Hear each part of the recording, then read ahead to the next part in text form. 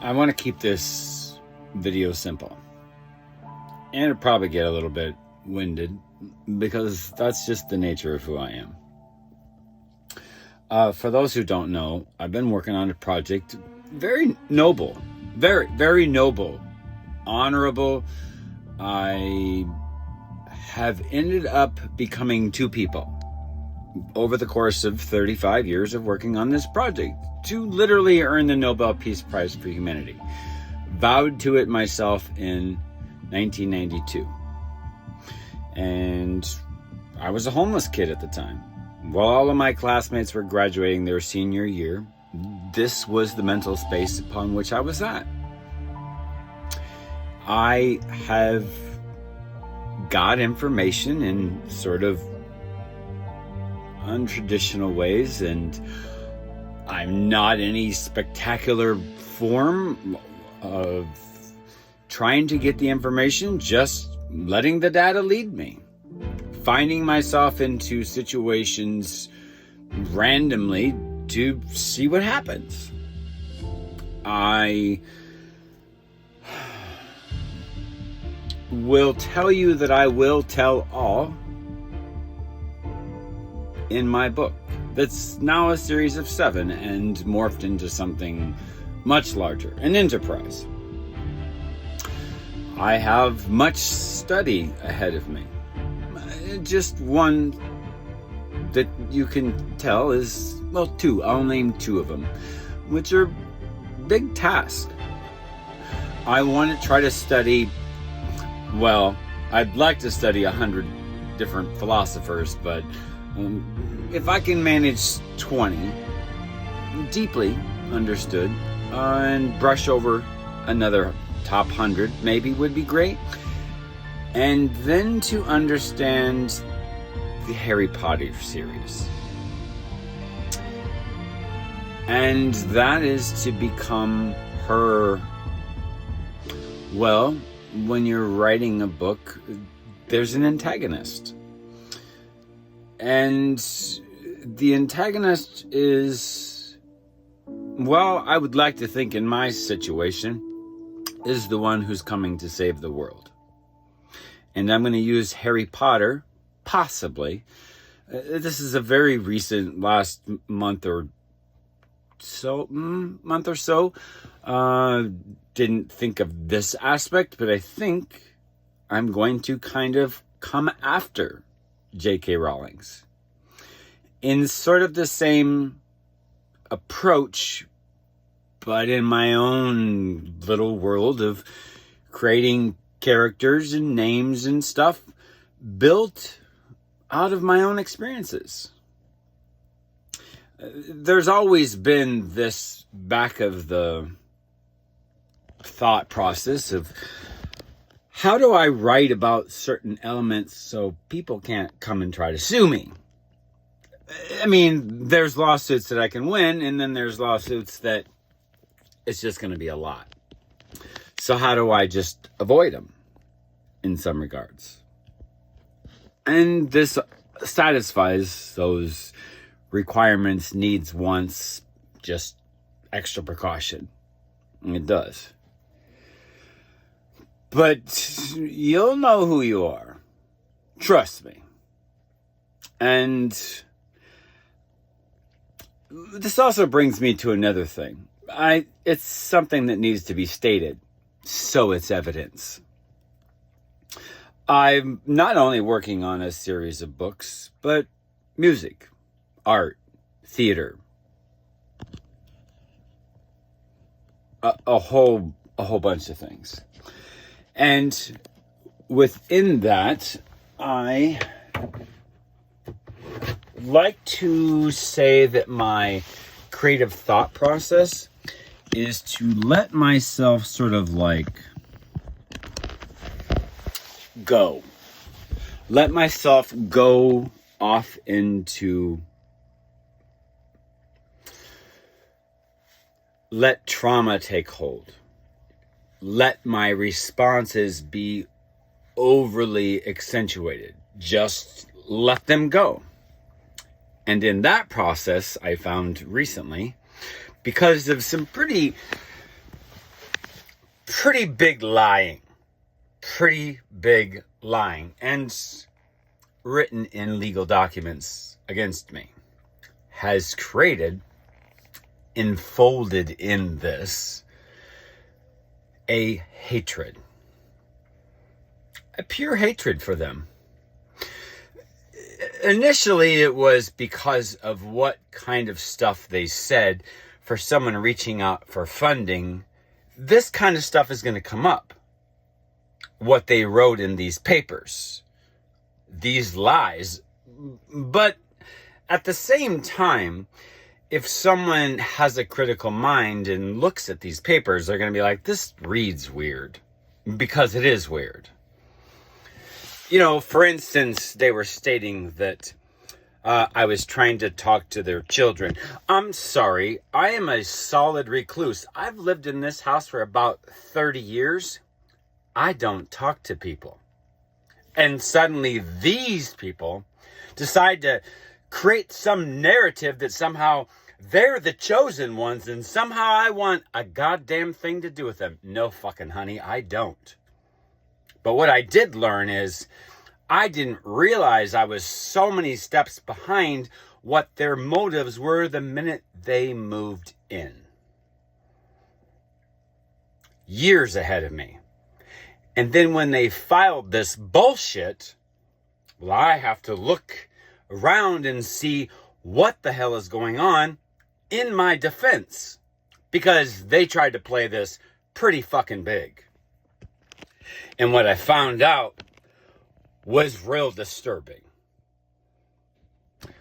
Which then tied two hate groups together. The Nightingales and the Sapsuckers. Those terms will be in the book. Oh, most certainly. So what I found out in the last few months is that hatred is an addictive, endorphin-driving aspect. And for someone like me, who for all of my life, basically, I come from a long line of dancing people on my mom's side. I think, I cautiously think that it might have something to do with some of the Gypsy and Romanian history in my life. There's some busy feet in that culture, and I think there's a bit of genetics going in, but nurture, nature, both at play here. One of the only things, and with a dark shadow over it, is the only positive with my mom is about the dancing. And a Rita Coolidge song. But then, of course, when the math goes, this is the dark cloud. I think she was pregnant with my sister, and I'm assuming she knew it was going to be a girl or just believed it was going to be. And her happiness and dancing with me had more to do with her sidestepping her firstborn, the one she's hated since I was about 9 months old, when she got herself into her own little problem that had nothing to do with me, and then blamed my existence on what happened to her and punished me for it, and most likely probably still can't accept she's the one that got herself into that problem. And I had a knife held to my throat at 9 months old. And somehow I'm the one at fault? Fuck you, bitch. Anyhow, it's a lot of dumping and trauma and stuff. Back to this bullshit recently. So I let things just kind of go. And then found out, in some regards, I also know that I don't, and this is where I don't quite understand.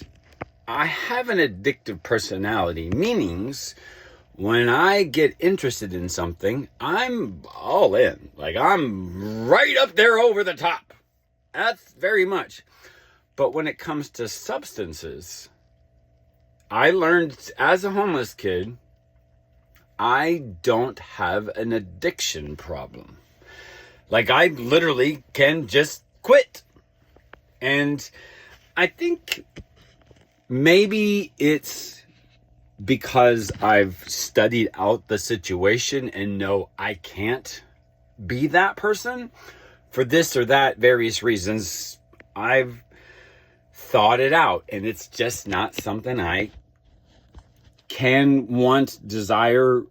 I don't know, but I've pretty secure in knowing that it would never take a hold of my life and just let my life be flushed down the toilet like I have seen others.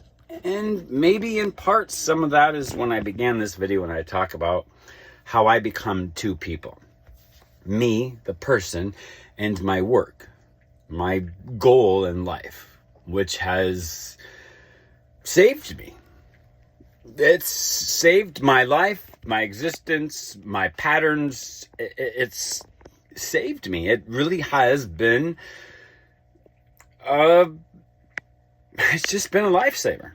That's all I can say. But with going all in and working on trying to write songs and plays and all kinds of things, and in the current discussion, addiction to hatred, to some people who tried me. Oh, they have tried me. I would like to believe that there's a little bit of awakening in that to what they may have got themselves into that really no one really knew. They came in at a moment when a bunch of others left out, moved, disappeared from the picture at a pivotal moment when I told everyone around me, I've been working on this project and I've been taking a whole hell of a lot of notes. And that's an understatement. That's an understatement. All kinds of notes of all kinds of degrees. Again, my life and my work. Two people. So, wrapping this up, everything currently is still a learning experience for me. But at the same time, it's my creative flow. Let me give you an example. I try to let my emotions not be contained, but to live them on my sleeve, as hundreds of people have told me over my life. No smoke and mirrors with me. You wear your heart on your sleeve, and you are what you say you are. That's what's been said of me many times. So I do wear what's inside outside for the world to see. I'm sort of comfortable with the most part of that. All subjects are willing to have discussions. It's the people that I speak to that I concern about motives or the ability to understand, as I've realized that intelligence to me is bandwidth of the brain. A lot of people see the world through a pinhole, and then they go, oh, I can see it all. But their pinhole can go here and there and like this, but they cannot see it all at one time in their brain. They just only see with a narrow focus, and they can't bring in the other elements around what they see into the fold of their mind, so they lack bandwidth. And I think most people have this issue. And I said what I said. So I back on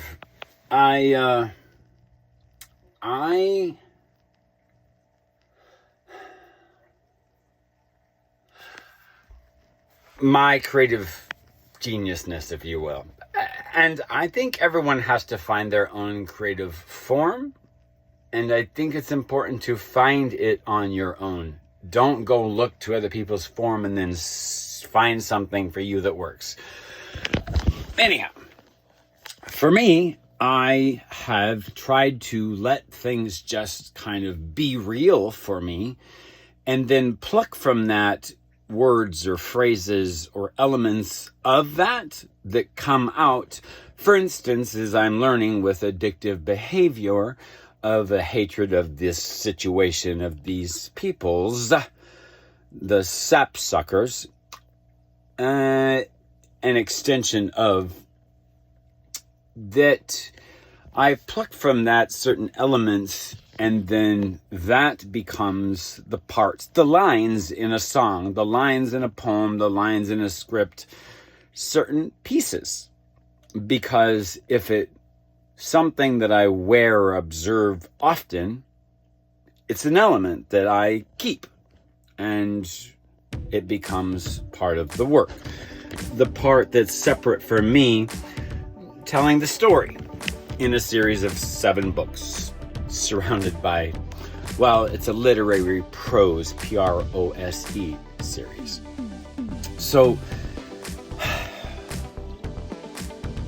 the learning, live learning as it's happening, finding out that hatred is an addiction, I did find that there's some truth in that.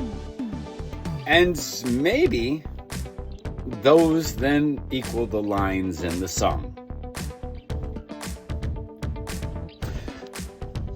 But the problem is, it's something of an addiction in some ways.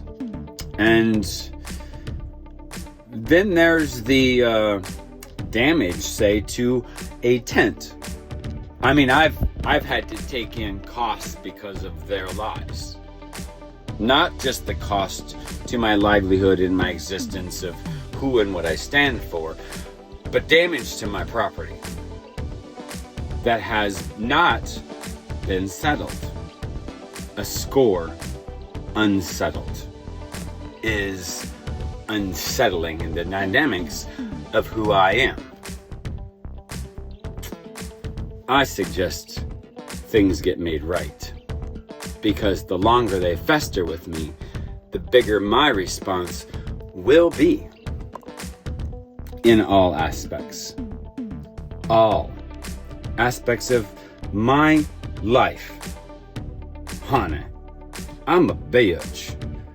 Big balls bitch. I'm Finn Sill, 6'2", a bearded drag queen energy. And as you get older, and as being Gen X, and as being, in some elements, still just a man, I'm certainly not just average, because I'm pretty wired in my brain like a woman, but not confusing with, I have no desire to be a woman, and every man is transgender, as every human fetus starts out in the female shape.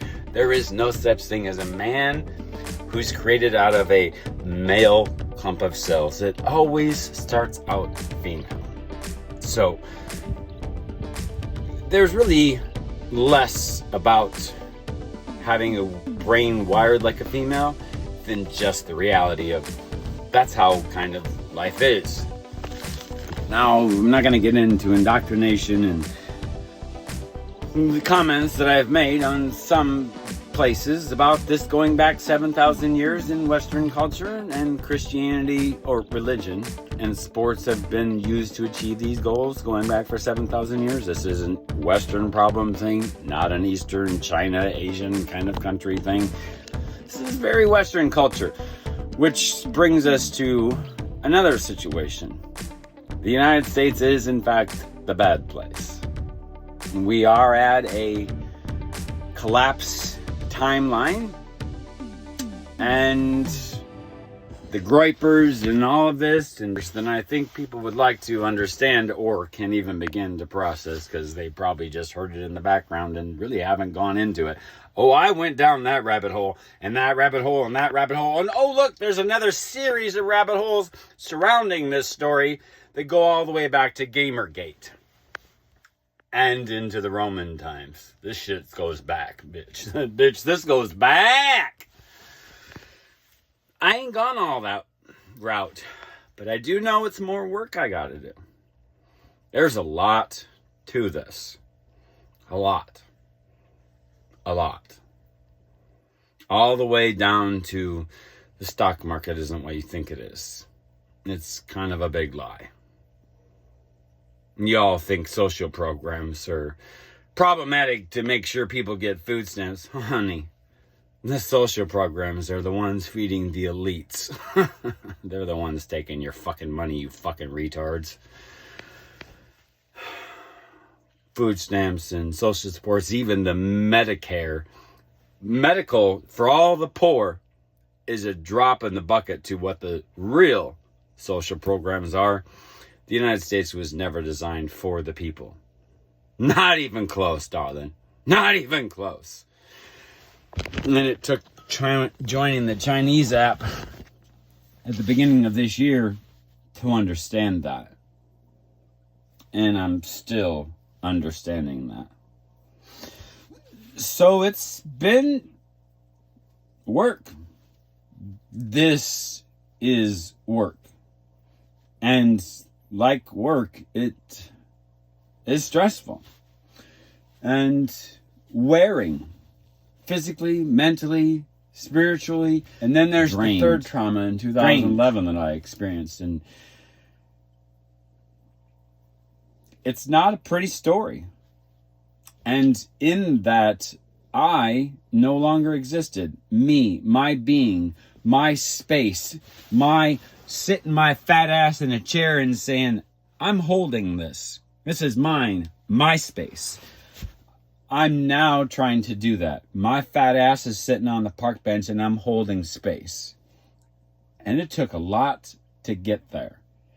And it really started to show up about 4 years ago, when I made the tragic mistake of opening myself up and trying to be neighborly and part of a community. Yeah, it was between the dropping of the hair and somebody leaning over, and I'm pretty sure probably said, he's so stupid. And then somebody's mom wanting to fuck me, which just really told me that I was just a fucking meat package, and really there wasn't anything else they wanted. And then it just goes on. So me, in the 30 years of not talking to people, I made the mistake of just opening myself up, and that just backfired in an embarrassment level that I will never fucking make again. Never fucking making that mistake again. Not ever.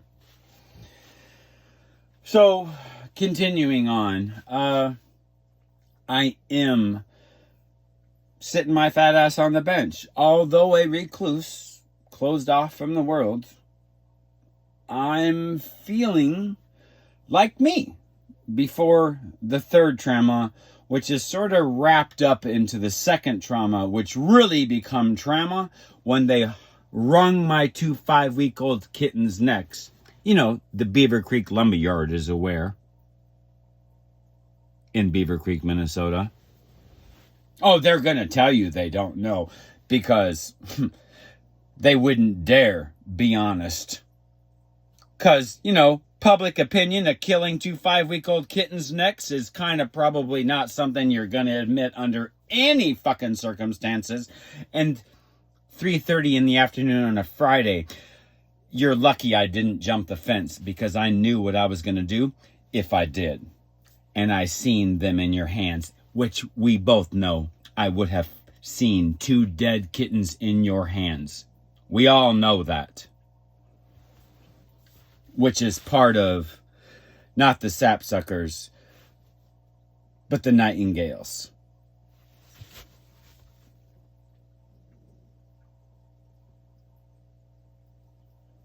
Got a lot I could say, but I'm going to refrain. The second and third trauma really kind of looped me out. Took me out.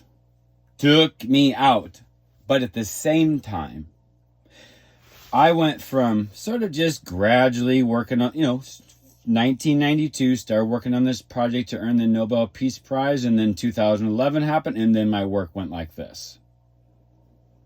The intensity, the drive, the hardcore, the fucking information really took a fucking deep-ass fucking motherfucking level. So, in some regards, when I look at the scope of life and meaning, maybe it had to happen. Because without it having happened the way that it did, including the first trauma with my mother, the work that I now call what I was put here on this earth for, those things needed to happen for me to achieve the goals that I have and be the person I am. A person who's a thinker. Oh, I'm a thinker. I don't look like this. This is not, that is not me, and it never has been. Keeping this as short as I possibly can. I'm deeply concerned about what's happening, particularly with the data centers, because they're not what you think they're for. They're not. Tied in with quantum computers, AI technology, and the data centers, you aren't going to have a lot of ability to fight back against what they have created. They being capitalistic countries, excluding Western culture, China. This is a very small group that has a lot of world fear-mongering war tactics. Dangerous. We're in dangerous times. Now, you either can rise up, but then because you don't know what you're fighting for or what it is, the true monster of the beast, how do you get the goals that you want or need that you're not even aware of how and what? Which is sort of like where my life work is, bringing that clarity to you.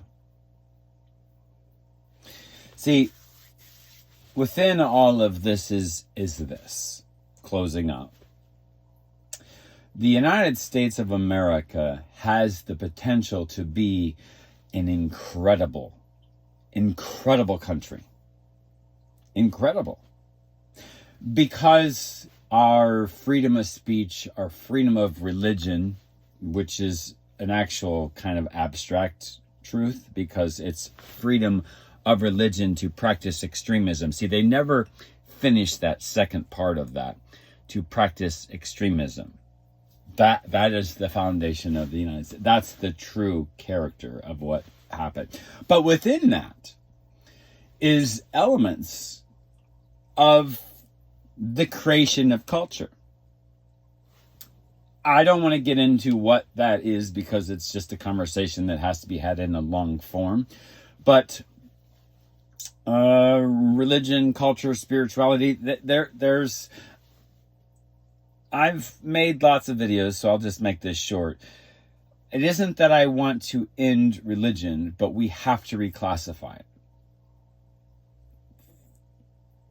Fables for children, parables for adults, and equals the same energy. But at the same time, cultural preservation is really important to me. I don't want to create a generic form. What's the word? It's globalization isn't the word either. This one government, I don't even know what the fucking word is, and it doesn't matter right now. But I see the potential for 10,000 cultural zoning maps within the world. At Peapod Center's my YouTube channel. You can find out what that's all about. But I want to save what we know, just reclassify it. See the truth of what religion and spirituality, worldwide actually, what it actually really is. And I think China has a much more deeper a hold of creating that. But if you see the world like this, you're not going to understand. You won't understand it. When you see the whole aspect of it, you'll understand the kind of bigger problem that is with that. Anyhow, I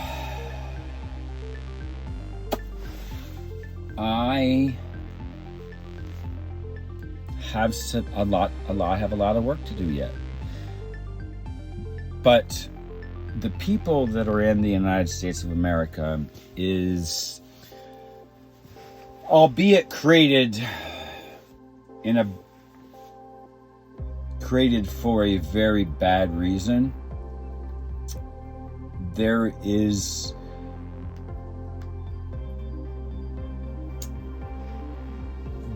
an interesting group of people, an interesting country that was created out of it.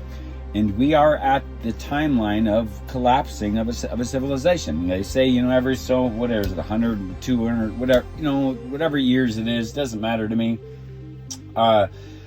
We're past that. And I've made videos about what does a going out of business sale in the United States look like? I show you that. I show you what that kind of looks like if you were looking for signs. It's up to you to use those puzzle pieces. That's, again, I'm a puzzle master. I like to give you puzzles. I don't give you the puzzle. I give you the pieces, and you do the damn work yourself. And, oh, bitch, I got a lot of puzzles. A lot of puzzle pieces for you. Put that in your little satchel tied to your belt. You carry that with life, and eventually you're going to start to see. Now, the book series is a little bit different. That is the puzzle master. Me, bitch.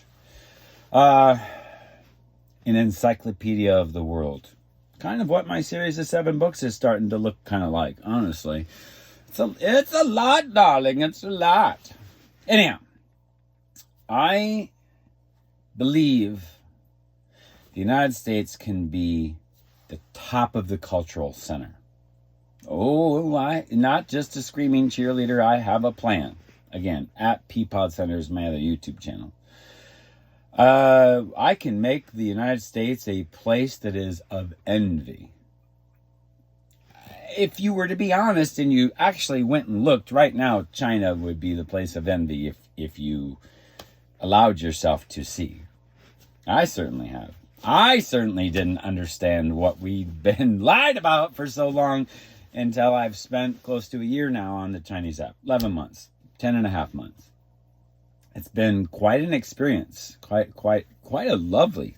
It's part of the reason why I can sit on a park bench with my fat ass and own that space. China give me colors again. Tastes are more flavorful. Feels are more feeling. Just all the senses, except for smell. I haven't. My level of smelling hasn't taken because I think I would have to be there to do that. But anyhow, they sort of gave me my life back. They gave me that last big, kind of like when I use this timeline and then all of a sudden it goes like that. That's sort of like I was starting to get my life back, and then I hit the Chinese app and boom, got it back, bitch. And I would say in the last month or two, somewhere in there, I really feel like I got weight in my ass when I sit on the bench and I take up space and ownership of it. Like I notice it. I notice it. And I'm stopped short of saying I got my life back, because I'm still a 3-time trauma survivor, and each one of those traumas is pretty spectacular, pretty life-changing, and crushing of even the strongest. So onward I go. And having to deal with the consequences of the extension of the sapsuckers and the bullshit that they've pulled, and then just the police, the judge, sheriff department, and the district attorney quantified and qualified my hatred for them. Very much so. Very much so. You know, like, for instance, why did my lawyer think that the judge was my prosecutor, when he was my actual lawyer in 2011. Like, that's telling. That's telling. Let me say that again. My lawyer, was it the beginning of this year? Very beginning? Thought that the judge in this case from 2011 was my prosecutor, not the one actually defending me. Because of the murmurings that were being said behind closed doors, he was under the impression that this judge was my prosecutor when he was the one supposedly representing me. Again, very telling. A lawyer in this year who lied to the judge a few times when he said he talked to me and explained something. Oh, no, he didn't. Just like when he said that I decided I wanted a jury trial instead of the judge making the decision. Never spoke to me about it. He made that fucking statement to the judge without ever just talking to me. Then he went on to tell how he explained to me the process and what was going on. No, he didn't. In fact, I pleaded the whole damn thing for him to make some time and tell me what the fuck is going on. He didn't tell me nothing. He didn't tell me nothing. Pretty much the whole goddamn trial. I felt like I was just sitting back while everyone else is collecting money using me, just fucking thrown in the background. You know, like when the jail lied about certain things about me, and then I find out they do this with prisoners all the time. For instance, I never said that I would not take a drug test. I never said that. Never said that. Never did. They never even offered me a drug test. And then they turned around and told the judge that I refused to take a drug test. No, I didn't. They do this shit in jail to create a fucking narrative so they can go and lie in front of the court. I'm not going to unravel here. Reeling it back in. Quantified and qualified. Those are just some... I have some videos of the email between the sheriff and I, him dragging his feet for 9 months. Now, I'm a vulnerable adult, and they preyed on me and used that against me. I couldn't defend myself in this because I couldn't. I couldn't swim. I couldn't fly. I couldn't breathe. I couldn't do a fucking thing. Except for respond. And you don't want to see me do that. You don't want to see me do that. When you corner somebody like a fucking lion beast creature, you're gonna get bit. Not physically, but I'm a thinking man. You're lucky. You're lucky I'm someone who's been working on a noble project. Because if it would have been another situation, we would have had a situation. That's for sure. But I'm a thinking man. Unlike a lot of these people doing this. Holding the line, as it were, for those who've been fucking over this country of people since its conception. That was after they spent 200 years murdering the inhabitants, about 300 million Native Americans. About 200 years they spent killing all them people before they brought the Pilgrims over. You should watch my video on Doctrine of Discovery. And the one about Israel, which, from what I understand with YouTube, all that's going to be coming down. They're just deleting thousands of videos that have anything to do with Israel because they're going to make sure you don't know. They're going to make sure you don't know. And the sad part about it is the Jewish people don't know. They wouldn't even be able to comprehend the fact that this shit started 7,000 years ago, long before their religion started. That this was already baby steps being created.